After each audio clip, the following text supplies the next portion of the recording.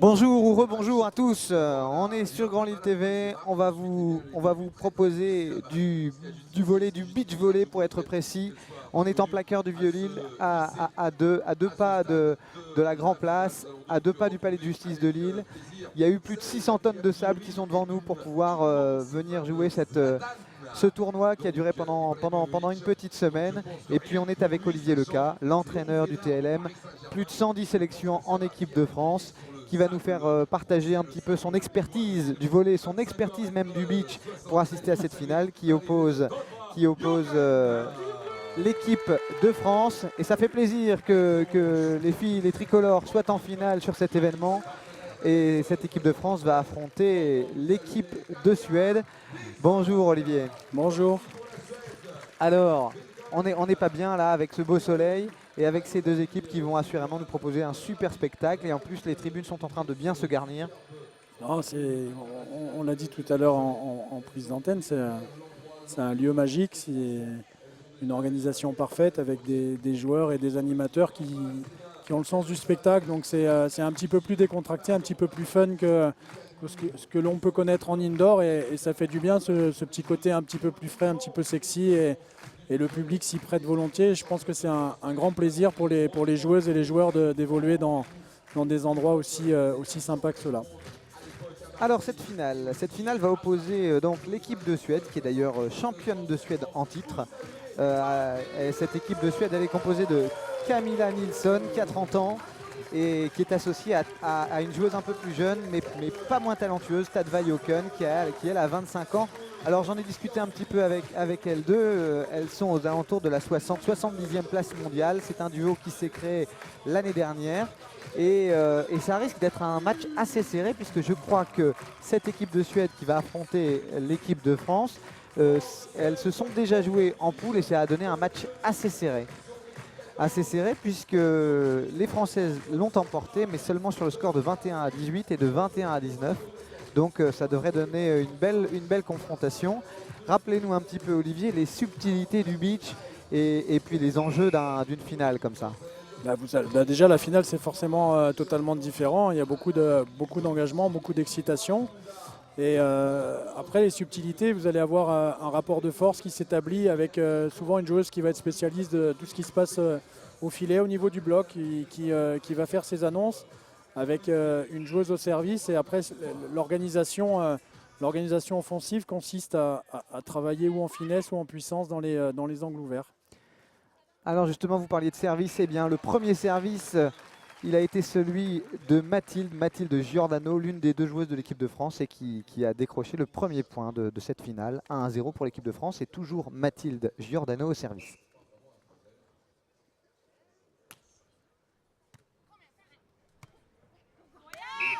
C'est ce que je vous disais, on va avoir normalement rapidement là, un résumé des orientations que les deux équipes ont décidé de prendre. On voit que Mathilde sert dans la zone de Tadva et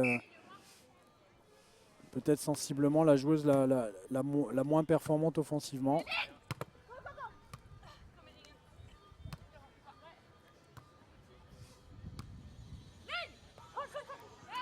Voilà. On vient de voir une petite particularité du beach volley, c'est-à-dire une différence fondamentale entre la salle. On a vu la joueuse qui a effectué un bloc et au beach volley, l'action bloc compte comme une touche. Donc derrière, on n'a plus que 2 contacts. C'est pour ça qu'on a vu la joueuse après la défense passer le ballon directement, alors qu'en indoor, on aurait eu une action de passe et une reconstruction offensive. Voilà, alors pour les non-initiés qui nous rejoignent, on va rappeler que chaque duo a le droit seulement à 3 touches. Et vous l'aurez remarqué, c'est d'ailleurs ce qui est très impressionnant en beach. Elles ne sont que 2, mais pour couvrir un terrain qui est quasiment aussi grand qu'un terrain de indoor. Et malgré tout, la couverture est assez impressionnante. Ça donne parfois lieu à des échanges qui durent. Et vous allez voir, c'est assez impressionnant. En fait, ce sont des systèmes à la fois d'ouverture et de fermeture de la zone de défense prise par le bloc.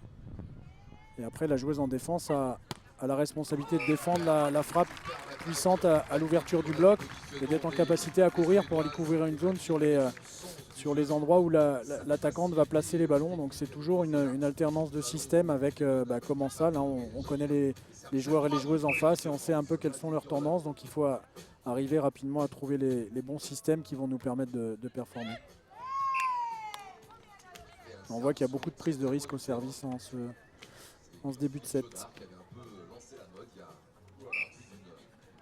Alors on va rappeler quand même, hein, même si c'est le b.a.-ba pour ceux qui sont amateurs de volley, amateurs de beach, il faut remporter le point pour conserver le service. Hein.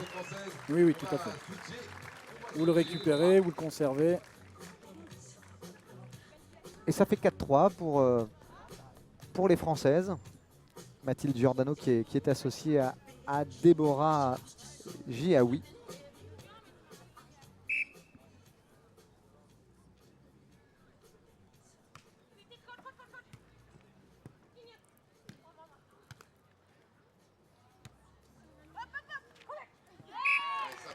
Les Françaises sont bien en place hein, déjà dans leur organisation. On voit des alternances entre Mathilde et Déborah qui ont des zones de service et des intentions totalement différentes. Qui pour l'instant fonctionnent très bien. Elles arrivent à bien gêner les Suédoises dans la construction offensive. Et avec ces services courts qui sont très très difficiles à jouer. Et une belle attaque de Déborah. Et ça fait déjà 6-3 dans cette finale pour les Françaises. Alors on les voit se faire des petits signes, notamment là, quand une équipe est au service, la joueuse qui est devant, qui ne sert pas, elle donne des indications, elle fait des petits signes. Est-ce que vous pouvez nous expliquer en quoi ça consiste, Olivier? Ce sont des annonces de système, c'est-à-dire que la joueuse qui est au bloc, au filet, va annoncer la zone de couverture qu'elle va fermer. Et comme ça donne les indications à sa partenaire pour essayer de se trouver les bons placements en défense par rapport à ce qu'elles ont décidé. C'est des choses qu'on retrouve en salle. Hein. C'est un volet de rapport de force, de confrontation directe. Donc on a beaucoup de systèmes d'organisation qu'on se communique entre les points. Un service un petit peu long de Camilla Nilsson qui permet aux Françaises de mener 7-4, de récupérer le service. Et c'est Mathilde Giordano qui va servir.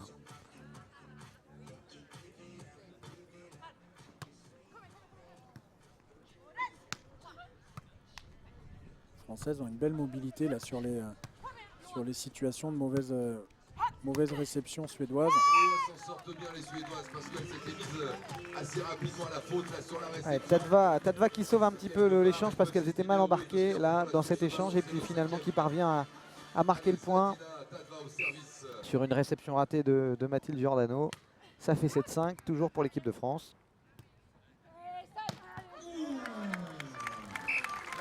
Giordano a sorti le gros bras. Joueuse qui est capable de jouer avec un toucher incroyablement fin. Mais quand il le faut, quand elle en a envie aussi, eh bien elle se peut nous faire montre d'une démonstration de puissance extraordinaire. Et Déborah Giaoui au service.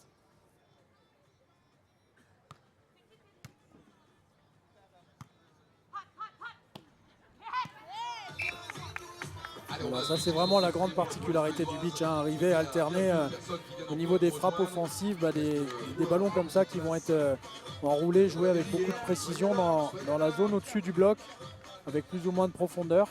Et la plus grosse difficulté pour l'équipe, c'est justement pour la joueuse en défense d'arriver à lire ces frappes-là, entre la frappe puissante qui peuvent être à l'ouverture du bloc et des frappes qui vont obliger la joueuse en défense à effectuer de grandes courses et souvent des plongeons, se relever. C'est pour ça qu'on disait que tout à l'heure, une des clés de ce sport, c'est vraiment la condition physique. Alors il paraît qu'en beach, il faut aussi un sacré coup d'œil parce que comme il y a une grande zone à couvrir, au dernier moment, il faut être capable de changer son attaque, d'aller chercher un endroit qui est moins bien couvert par l'équipe adverse. Oh là, un service très très court mais qui a été bien remis par Mathilde et une attaque derrière que Tadva n'a pas pu contrôler au bloc. C'est important ce qu'elle a fait, Mathilde, elle s'est bien appliquée sur la réception et physiquement elle était en danger dans son action d'attaque. Elle a réussi à être très performante sur cette situation.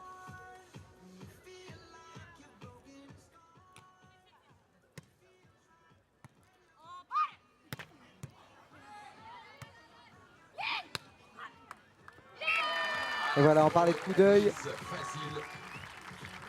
Les Françaises font un très très bon début de match. Elles sont très efficaces, notamment sur tous les ballons qu'elles arrivent à tenir en défense. qui leur permet de faire ce petit break de 3 points, mais les choses vont vite. Je ne suis pas un grand expert de la discipline. Mais... Si, c'est de la modestie, ça. Je suis en train d'essayer de m'adapter en direct. Mais... Alors, une petite clé du match quand même. J'ai eu le plaisir de discuter quelques instants avec Mathilde Giordano avant le début de cette finale. Je lui ai demandé quels étaient les enjeux de cette finale. Et elle m'expliquait qu'elle espérait que son épaule puisse tenir parce qu'elle a ressenti des douleurs à l'épaule en demi. D'ailleurs, on voit qu'elle a un petit strap au niveau de l'épaule gauche. Et elle me disait, un autre enjeu, ce sera aussi la lucidité. Et on en revient à notre histoire de coup d'œil. En plus, c'est une finale, donc il y a une pression supplémentaire. Elles savent très bien, les deux Françaises, que les Suédoises ont une revanche à prendre puisque les deux Suédoises ont perdu en poule face à Mathilde et à Déborah sur un score serré, je le rappelle, 21-18, 21-19. Mais pour l'instant, ça se passe plutôt bien, Olivier, puisque nos deux Françaises mènent 12-8.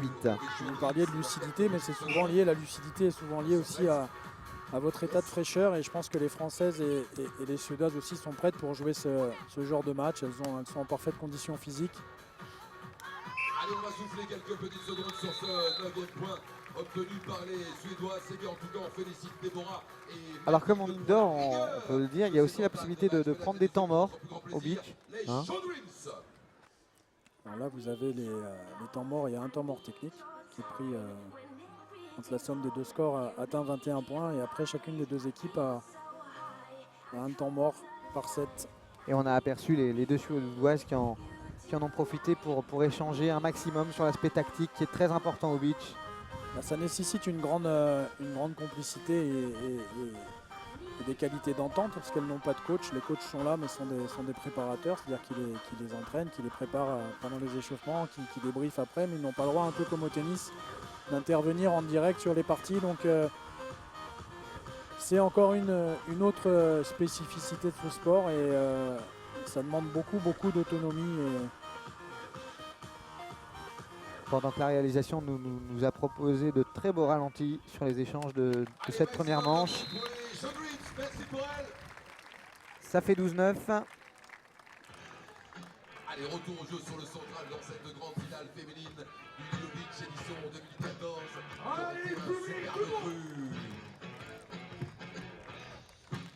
Le central commence à bien se remplir, ça fait plaisir pour nos organisateurs. Alors on va le rappeler d'ailleurs, qui sont-ils ces organisateurs? Eh bien là aussi, c'est Tourcoing en force, en tout cas des anciens joueurs qui ont fait les belles heures, les beaux jours du TLM. Ici il s'agit de Yann Lavallée et Julien Lemay, qui ont joué pendant de nombreuses années au Tourcoing d'une métropole, à l'époque où le TLM était en première div.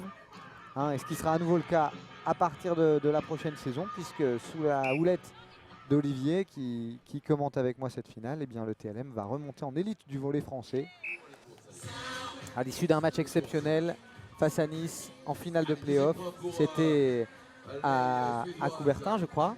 Non, à Carpentier. À la Halle Carpentier, pardon, à la Halle Carpentier. Un petit mot quand même sur cette finale, Olivier Leca.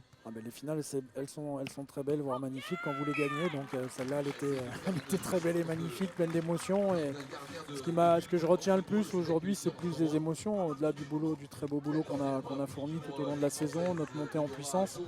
Mais c'est surtout de voir, vous venez de le souligner, vous avez parlé de Diane et Julien, il y a une tradition volley très forte ici, une culture volley très forte dans le nord de la France, et de voir tous ces supporters qui étaient émus pour ce premier titre à Tourcoing et cette joie de retrouver l'élite. C'était un moment, quand vous êtes joueur et entraîneur, vraiment très sympa à vivre, de sentir qu'au-delà du bon boulot que vous faites, ça génère des émotions assez importantes chez les gens qui vous soutiennent. Donc c'était forcément un très bon moment. Et pour en revenir à Yann et Julien, c'est important que les anciens joueurs, même si Julien joue encore alors je crois qu'il joue encore en Belgique et en Menin, en et D1. Yann a été entraîneur-joueur aujourd'hui en élite, donc sont encore des joueurs en activité qui sont très impliqués pour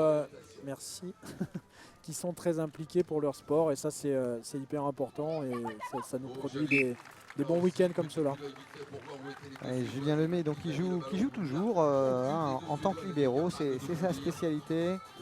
en Belgique, en première division belge au club de Menin. Et Yann Lavallée qui, au-delà du fait de continuer à jouer un petit peu, puisqu'il est entraîneur-joueur à Aluin, est surtout devenu aujourd'hui le manager général du TLM. Tout à fait. Et retour au jeu avec l'équipe de France qui mène 16-11. Ils sont en train de Et- faire et un même premier 17 set à parfait, 11. les Françaises. Ouais, tout à Avec, fait. on parlait de lucidité tout à l'heure. Elles ont une grande connivence dans le jeu et pour l'instant elles sont très efficaces. Elles gèrent bien les prises de risque. Elles perdent très peu de ballons. Pour l'instant, les Suédoises ont du mal à trouver les bons tempos. D'ailleurs, on a Tadva qui vient de demander leur temps mort. C'est souvent aussi un temps mort au-delà de la discussion que ça va pouvoir donner. C'est aussi pour stopper une dynamique parfois, je crois. C'est toujours important d'essayer d'empêcher l'adversaire de se mettre dans une logique de série. Et vous, quand vous êtes dans une logique de série, d'éviter de faire des fautes directes pour couper ces séries, obliger l'adversaire à trouver la solution. Et je pense que c'est encore plus déterminant en beach volley, où je vous disais tout à l'heure que voilà, quand vous avez une option et que vous la tenez bien, bah, la joueuse en face qui est visée en réception notamment, mais il va falloir qu'elle trouve la solution à la fois en réception et ensuite à l'attaque. Donc ce sont des moments très très difficiles et je pense que c'est pour ça que les Suédoises ont eu envie de couper. Alors je dis depuis tout à l'heure l'équipe de France, mais c'est une équipe française, mais ça n'est pas l'équipe de France officielle, puisqu'il y avait plusieurs équipes tricolores au départ de ce tournoi. Il y en avait deux. Et d'ailleurs, c'est l'autre équipe française qui a dû s'incliner hier en demi-finale face aux Suédoises, qui, je le rappelle, sont championnes de Suède. Et Camilla Nilsson, la plus âgée des deux joueuses suédoises, a déjà même été championne de Suède à plusieurs reprises.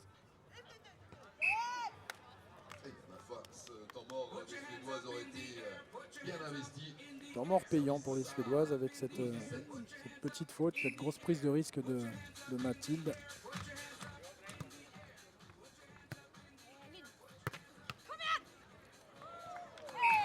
Ah, sauvetage difficile là. Les Suédoises qui m'expliquaient hier à l'issue de la demi-finale qu'elles s'entraînaient énormément en indoor, au beach volley, mais en indoor. C'est-à-dire qu'en Suède, à Stockholm, il y a un palais omnisport où il y a pas moins de 8 cours de beach. Il fait entre 25 et 30 degrés. Ça permet aux équipes de beach de haut niveau en Suède de s'entraîner dans des conditions de chaleur un peu identiques à celles qu'elles peuvent rencontrer lors des tournois internationaux, notamment en Amérique du Sud. Et elle joue énormément, elle me le confiait, en indoor, sur du sable, mais en indoor, notamment l'hiver à Stockholm.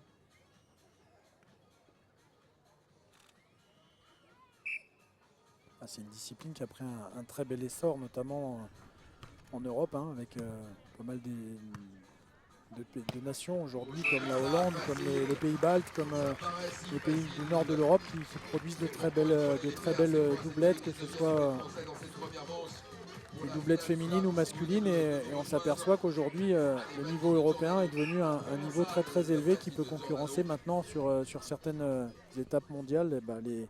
Les Brésiliens, les Américains qui étaient habitués à dominer, aujourd'hui ils ont fort à faire avec les Européens.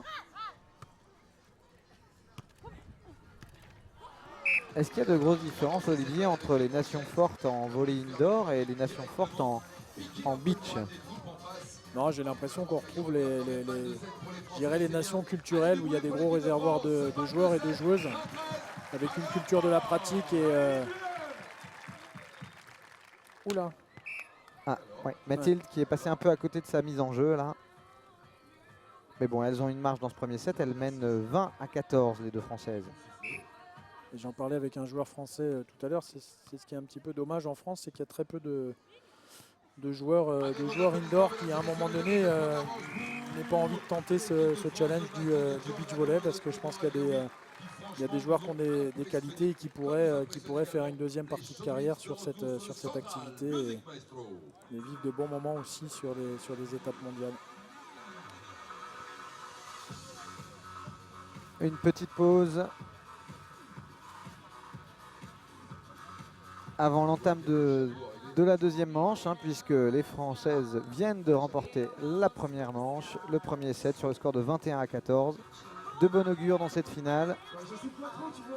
Les Suédoises vont devoir trouver les solutions rapidement, surtout soigner leur qualité de réception et la première organisation offensive.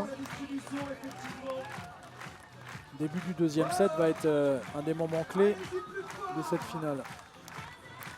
Et l'ambiance qui monte d'un cran avec les Show Dreams qu'on retrouve sur pas mal de gros événements sportifs au nord de Paris et qui animent les mi-temps, les temps morts sur pas mal de disciplines. On les voit en basket, on les voit en volley, on les voit sur pas mal d'événements. Elles étaient notamment il n'y a pas très longtemps à l'Indoor Motor Show. Par contre, vous êtes un Douai. expert en Show Dream, visiblement. Ah non, non, non, moins que vous, je l'ai bien vu hier. Allez, on profite de ce petit laps de temps qu'on a entre les deux premières manches pour parler d'Olivier Leca, hein, qui est un ancien joueur de l'équipe de France, près de 110 sélections en équipe de France. Je crois que vous êtes né en 1967, c'est pas vous faire un jeu que de le dire, à Antony dans les Hauts-de-Seine. Et vous avez joué majoritairement dans les clubs de Montpellier, le Stade Poitvin aussi pendant 2 ans je crois, mais surtout pendant 6 ans. Et puis Nice après Poitiers, Tours, Poitiers, Nice et puis Tours pour la fin de carrière. Vous avez je crois en 96 remporté la Coupe de France de volley et puis finaliste de cette même Coupe de France en 2000 et 2001. Mais on vous connaît aussi beaucoup en tant qu'entraîneur puisque vous avez été entraîneur adjoint de l'équipe de France de 2005 à 2010, c'est ça? C'est ça. Et puis entraîneur du Stade Poitvin entre 2006, la saison 2006-2007 et jusque 2012-2013. Et surtout depuis la saison dernière, entraîneur du TLM. TLM d'ailleurs où je me souviens d'une de vos déclarations, vous avez dit je ne vais pas en Ligue B, je vais au TLM. Oui, puisque ça fait partie des places fortes du volleyball français, des clubs historiques où il y a je l'ai dit tout à l'heure, une vraie culture, une vraie connaissance de ce sport et une vraie passion autour de ce sport. Donc c'était un challenge personnel aussi de répondre à la proposition des dirigeants, de venir essayer de reconstruire quelque chose ici sportivement et de relancer et de mettre ce club sur une dynamique un petit peu plus positive que ce qui s'est passé les saisons d'avant. Mais ça fait partie malheureusement des cycles dans le sport de haut niveau. Il y a des moments où ça se passe très bien et puis des moments où les saisons s'enchaînent et on a un petit peu moins de réussite. Mais c'est vrai que j'ai découvert un club qui a une capacité structurelle très intéressante pour faire du haut niveau. Et on travaille beaucoup on a parlé de Diane tout à l'heure, le fait qu'il rejoigne aussi le club est un plus. On a besoin de ces différents niveaux d'expertise et ces gens qui ont des réseaux importants pour arriver à communiquer à la fois tout le travail de développement qu'on fait et puis l'ambition qu'on a de porter haut les couleurs de la ville de Tourcoing au plus haut niveau du volleyball français. Et pendant qu'on discutait un petit peu du TLM, les Suédoises qui ont pris un bon départ dans cette deuxième manche en menant 2-0, notamment grâce à de bons services de Camilla Nilsson, mais les Françaises sont revenus à hauteur de partout dans ce second set.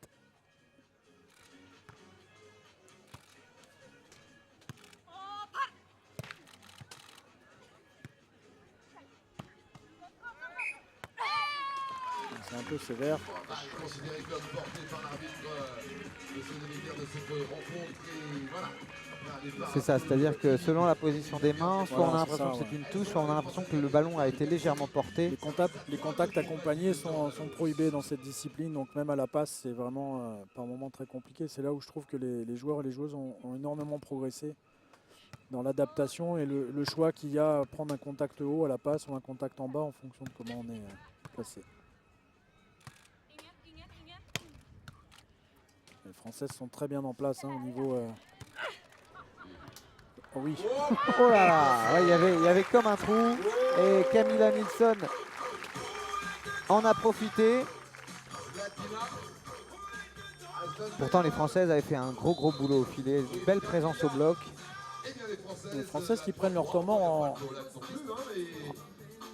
tout début de deuxième manche. Donc est-ce qu'ils ont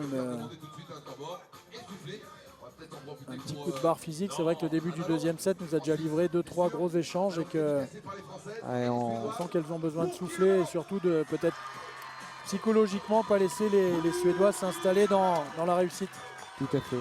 Alors on voit là, je ne sais pas si vous le voyez vous à l'image, mais Mathilde Giordano qui avait l'air un peu essoufflée, donc c'est Ouais. peut-être en effet un temps mort pour souffler suite à l'intensité de ce début de second set.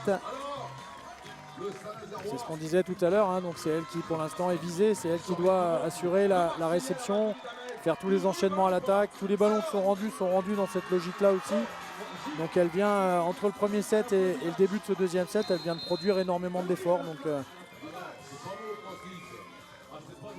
c'est naturel qu'elle ait besoin aussi de souffler. Et peut-être c'était juste aussi un moment de communication, stopper un peu pour essayer de parler des adaptations des Suédoises et essayer de trouver rapidement une solution pour contrôler tout ça.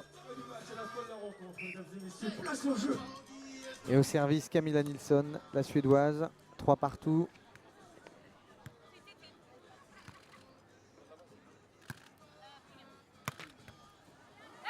Une belle attaque de Camilla qui permet aux Suédoises de passer devant, 4-3. Allez, un peu de samba pour celles et ceux qui vont pendant quelques semaines peut-être se coucher tard s'ils aiment le football. Mais bon, des fois il y a des matchs, ça vaut le coup. Allez, Et c'est ce qu'on disait, hein, là. Nilsson, la Suédoise, va continuer à venir chercher Mathilde pour l'obliger à trouver la solution. Et les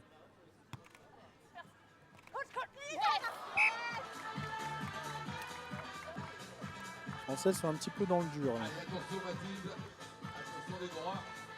Ils ont été tellement faciles. Ouais, j'ai l'impression que c'est physiquement que c'est difficile, notamment pour Mathilde. Ouais. Espérons qu'elles trouveront un second souffle. Parce que là, il y a une dynamique au niveau de l'équipe suédoise. Ça y est, elle a repris le dessus. Voilà. Donner un peu plus de temps à sa réception. Il faut dire qu'on est en début de saison aussi. Hein. Les joueuses ne sont pas forcément, pour celles qui ont joué en indoor, n'ont pas encore eu le temps nécessaire de se repréparer physiquement pour pouvoir tenir pendant 3-4 jours comme ça des matchs avec toutes les qualités que ça demande. Allez, ça sort. Une petite si elles s'accrochent, les Françaises, entre les deux Suédoises. Elles vont tenir parce que les Suédoises ne m'ont pas l'air non plus. Ouais, on sent qu'intrinsèquement, elles sont tout à fait capables de remporter cette finale, nos deux Françaises. Il ne faut pas oublier qu'elles ont cette dynamique en plus du match de poule où elles ont déjà une petite ascendant psychologique sur les Suédoises.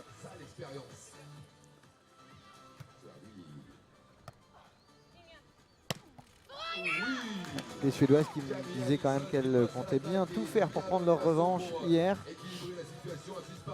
Ça fait 6 partout. Le deuxième set est beaucoup plus serré, beaucoup plus disputé que la première manche. Hein.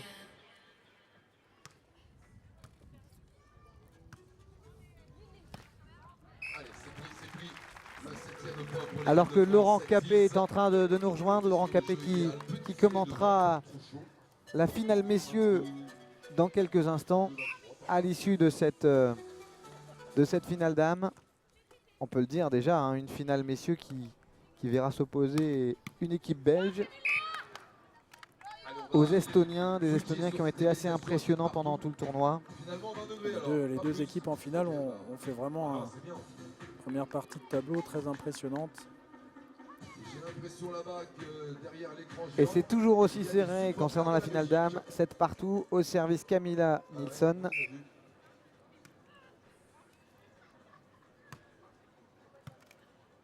Toujours avec la même option d'aller chercher Mathilde Giordano, mais qui semble aller un petit peu mieux.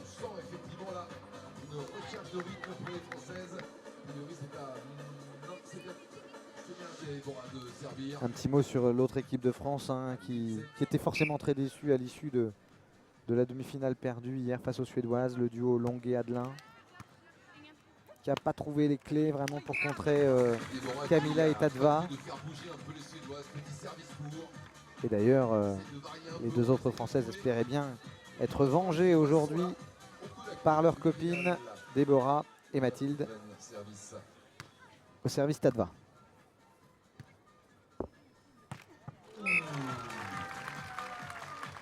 tilt. Et une belle extension, on le voit à l'image sur le ralenti, une belle extension de Mathilde. Et une belle attaque qui permet aux deux Françaises de mener 9-8.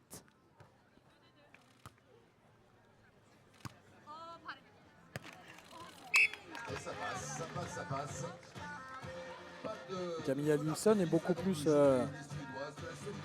cherchée en ce début de deuxième set. Et pour l'instant, c'est elle qui tient offensivement. Alors qu'au premier set, les Françaises avaient pris l'option d'aller faire travailler très souvent Tadva. Notamment, c'est Mathilde qui allait la chercher. Et là, Camilla Nilsson tient bien ce qu'on appelle le side-out. Elles y sont quand même. Hein. Allez, c'est du point pour les Françaises, mais les Suédoises viennent de réaffirmer de belle façon qu'elles n'allaient rien lâcher dans ce Et là, je peux vous dire qu'avec l'apparition du soleil en plus sur le central, ils ont pris 3-4 degrés. Donc, toutes les courses et les répétitions de sauts et de courses et de sauts, ça se fait sentir rapidement. Et puis ça semble être une évidence, mais les reprises d'appui dans le sable sont beaucoup plus fatigantes. Et là, on est sur du sable vraiment très très mou. Le bras de Déborah, mais ça a zippé sur son avant-bras. Dernier service avant le tournoi technique de cette Est-ce que c'est édition. un sable assez proche de celui qu'on trouve sur la plage? Ah oui, oui. Il n'y a pas de sable réglementaire pour faire du beach, par exemple? Je crois qu'il y a un cahier des charges Sur le type ça, de faudrait sable à demander utiliser nos quand même. organisateurs préférés, mais Allez, on va souffler sur ce 11e point récupéré je crois que par les notamment sur Françaises. toutes les compétitions qui sont régies par la Confédération européenne ou la Fédération internationale, il y a des calibres, je pense. Music Maestro.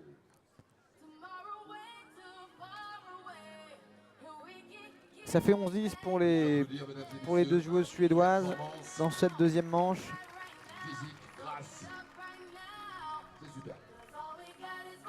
Et c'est vrai que là, le soleil est en train de prendre un petit peu la place. Les tribunes sont bien garnies. Et les Show Dreams sont en forme.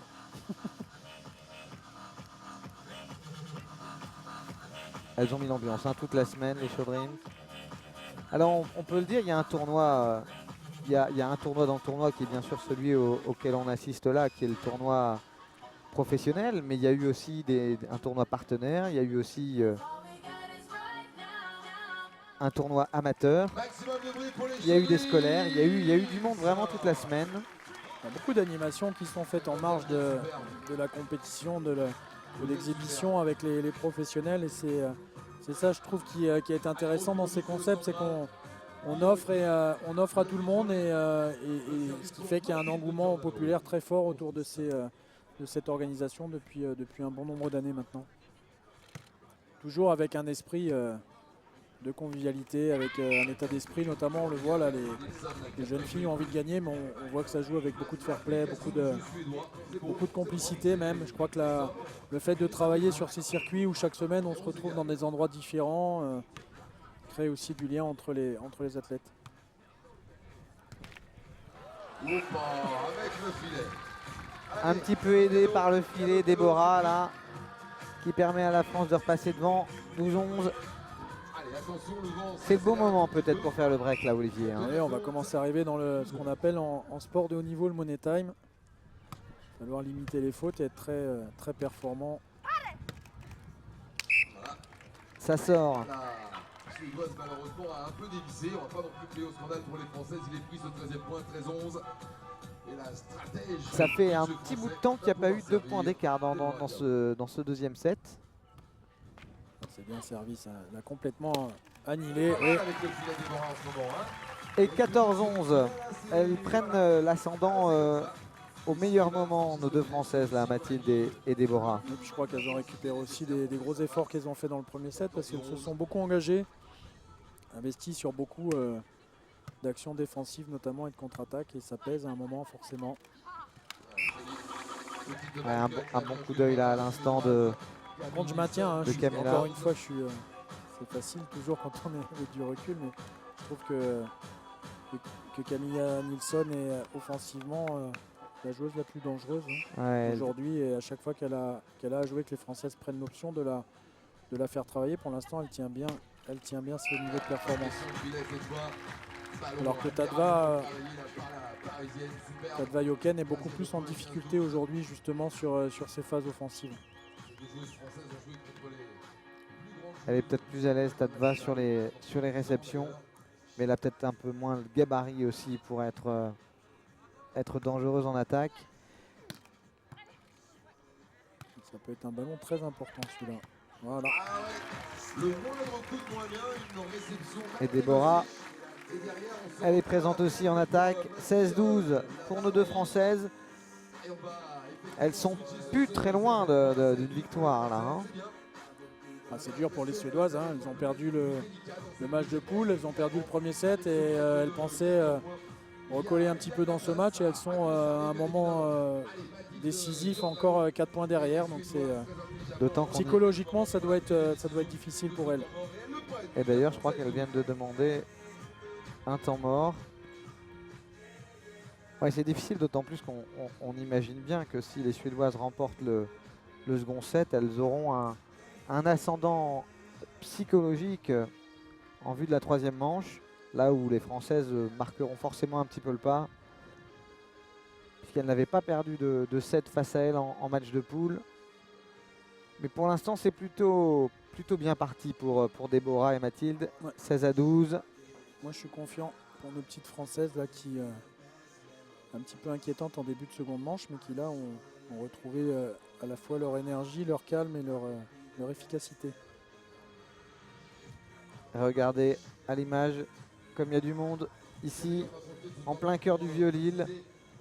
On le voit, il n'y a plus beaucoup de sièges libres dans les tribunes. Ça doit faire plaisir à nos organisateurs Yann Lavallée et Julien Lemay. Et puis un petit mot aussi, une petite pensée pour Tristan Delafosse, qui était aussi dans l'aventure, qui a pris un peu de recul cette année, puisque la communauté urbaine de Lille va accueillir le Tour de France de cyclisme. Et dans le cadre de son travail, Tristan est en première ligne. Mais en tout cas, chapeau aux organisateurs, c'est une très très belle édition, une belle 5e édition. Et au service, c'est Mathilde. Pour peut-être mener 17-12. Non, le service est dans le filet. Eh bien, en tout cas, ce temps mort, il aura eu les fesses montées pour le tandem suédois. Il n'en attendait pas moins. Service à 13-16 pour Camilla Nilsson. Et c'est Camilla Nilsson qui va servir. Les Suédoises qu'on demandait à la table, là, qui avait un doute sur qui elle devait servir. L'alternance. On rappelle, il faut toujours alterner les serveurs. Pas dans la série, mais entre chaque point marqué. Le match est peut-être en train de tourner là, hein, parce que maintenant à 17-13 pour les Françaises. Elles sont à 4 points du titre, nos deux Françaises. Elle a voulu prendre un risque. Mais vous le disiez tout à l'heure, Olivier Ambitch, il faut savoir de temps en temps prendre des risques au service. Tout à fait, et puis à la limite, elles ont 3-4 points d'écart, donc il faut aller chercher. Ce qui est important, c'est de faire maintenant les... Voilà. C'est Mathilde de faire toutes les phases de side-out pour conserver cet écart-là et pas perdre de points sur sa phase de réception. Et ce qu'elles font très bien depuis le deuxième tiers de cette seconde manche.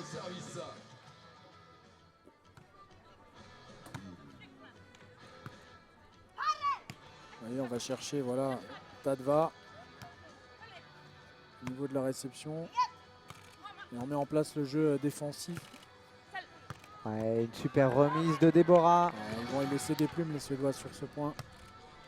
Les Françaises arrivent à confirmer. Tout à fait, Tadva qui a remis un peu comme elle a pu. C'est un sacré échange là auquel on est en train d'assister. Ouais. Oh, magnifique. C'est magnifique.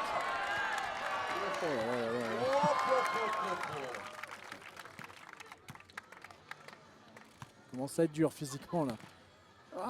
Alors, ce point-là aura fait mal physiquement de part et d'autre. On vous avait promis du spectacle, du beach de très haut niveau, des échanges à rallonge. Cet échange-là était magnifique. Ça restera, je pense, l'échange de cette finale remporté par les Suédoises. Espérons que ce n'est pas de mauvais augure. Il n'y a plus de temps mort. Les deux équipes ont pris leur temps mort. Ah, c'est dur là pour Mathilde, on le voit là. Mais enfin, les 4 joueuses sont essoufflées là. Hein.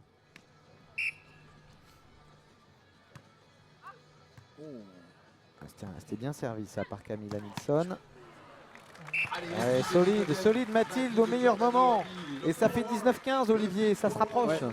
Elle a été prudente Mathilde là, parce que j'ai le sentiment que le vent s'est un peu levé et il y a des trajectoires qui sont difficiles à bien analyser. Elle n'a pas pris le risque de laisser tomber le ballon au risque de le voir tomber dedans, et elle a pris ses responsabilités et elle tient vraiment le side out depuis quelques points maintenant. Et c'est elle qui a tous les ballons aussi en défense, en contre-attaque. Bon coup d'œil de Mathilde là, qui a mis son attaque exactement où il fallait. Elle fait une sacrée belle partie parce qu'elle est énormément sollicitée. Elle a eu un coup de moins bien en début de deuxième manche, mais alors là elle est présente. Ça fait 20-15 et c'est une balle de match Olivier. Une balle de tournoi même on peut dire. 20-15 au service, Déborah. Ça sort. C'était un peu trop long. 16-20.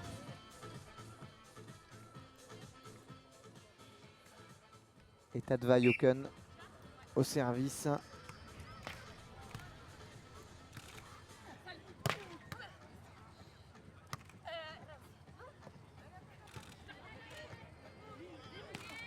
Oh là là. Encore un échange Cette débauche d'énergie. à rallonge. Allez. Oh, le shoot dehors. Ah, elle est bonne. Elle est bonne, elle touche la ligne. Et c'est une victoire de notre duo tricolore. Mathilde Giordano, très essoufflée en serrant dans les bras sa coéquipière Déborah Giaoui. Au vu du tournoi, elle méritait de remporter cette finale, même s'il faut rendre hommage à ces deux joueuses suédoises. Camilla Nilsson qui a fait un gros match malgré tout. Alors ça s'est joué sur quelques détails, on l'a vu. Notamment ce petit moment en milieu de seconde manche. Et regardez l'ambiance, regardez le fair play. Les 4 joueuses finalistes ensemble. C'est ça l'esprit du beach volley aussi. Les Françaises ont été quand même dominatrices dans cette partie. Elles ont été très très performantes dans leur système. Mathilde, on l'avait dit au début du match, sont les particularités de ce jeu, de cette discipline. Mathilde a eu beaucoup de responsabilités offensives et Déborah s'est bien adaptée à ce qu'elle devait faire et a assuré tout le volume de jeu, essayer de donner les meilleurs ballons à Mathilde sur les side-out, et il y a eu une grande efficacité. Elles ont pour moi dominé très nettement ces Suédoises. Notamment une première manche où il n'y a pas eu photo. Elles sont contentes là, on les voit. Déborah et Mathilde qui ont fait un super tournoi ici à Lille. Des superbes échanges en fin de match là. On attendait des échanges à rallonge, on a été servi sur la fin de cette finale.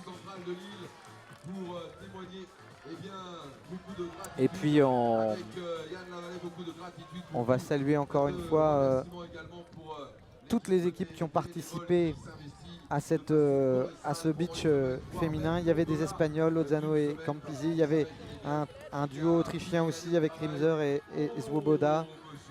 Il y avait une équipe hollandaise avec Smith et Van der Hoven. Il y avait une équipe de France, le duo Longuet-Adelin. Et puis ces deux équipes en finale qui nous ont livré un beau spectacle. Et dans quelques instants, on aura le plaisir d'assister à la finale, messieurs. Un grand merci, Olivier, d'avoir été là avec nous pour commenter cette finale dames. Et puis, qu'est-ce que le mot de la fin, on va vous le laisser. Qu'est-ce qu'on peut vous souhaiter pour la prochaine saison avec le TLM, qui, je le rappelle, évoluera à nouveau en élite du volley français la saison prochaine.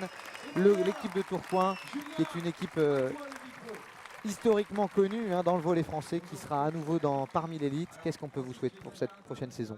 Les meilleures choses, qu'on arrive à réaliser notre projet, c'est-à-dire de s'installer durablement dans cette ligue. Donc ça va être une année encore charnière, autant que celle-ci qui était compliquée de réaccéder à la Liga. Maintenant, il va falloir s'y maintenir pour s'y installer avant de, je l'espère, préparer des conditions pour essayer de rapporter un jour un des premiers titres de champion de France en Liga dans le Nord. Mais on a beaucoup de soutien et on a construit une équipe qui, je pense, aura une belle mentalité. Donc on on est prêt au moins à travailler pour développer notre projet et à être dans la bagarre pour atteindre notre objectif.